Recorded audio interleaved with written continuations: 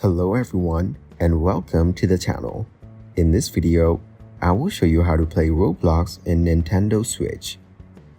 First, open System Settings from the home screen.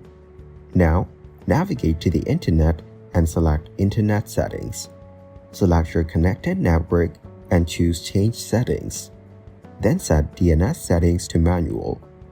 Next, enter 045.055.142.122 as the primary DNS.